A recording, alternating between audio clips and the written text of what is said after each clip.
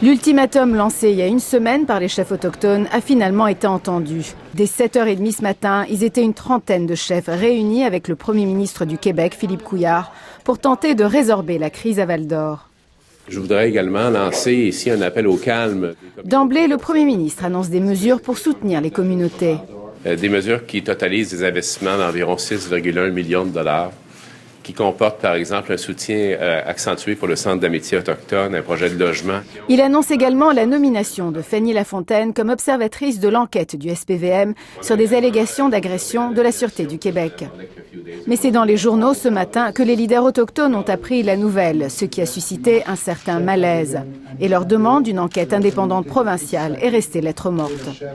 Plusieurs chefs qui sont restés sur leur appétit par rapport à une enquête indépendante sur les agissements de la Sûreté du Québec, et je ne ferai pas de litanie ici de ce qu'on constate, de ce qu'on reçoit comme indication depuis quelques jours sur des possibles gestes d'intimidation et de représailles de la part de la Sûreté du Québec.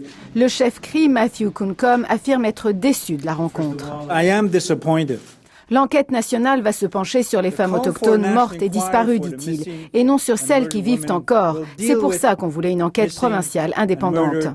En attendant, le Premier ministre réitère sa confiance envers la Sûreté du Québec et affirme que des mesures sont en place pour assurer la sécurité des femmes. La Sûreté du Québec d'elle-même a décidé de commencer un programme de port de caméras pour les policiers lors de leurs interventions. Mais pour les chefs, la situation demeure préoccupante. Il semble y avoir effectivement à l'intérieur de la Sûreté du Québec une culture qui s'exprime différemment lorsqu'il s'agit de nos peuples. Plusieurs ont fait allusion ce matin parmi nos chefs qu'il y a très certainement un doute quant à peut-être un certain profilage racial. Quant aux femmes, elles vivraient encore dans la peur. Ils ont peur. Ils craignent encore. Les discussions ont commencé. Plusieurs espèrent voir des choses concrètes se réaliser sur le terrain. Azebod Legurgis, Radio-Canada, Montréal.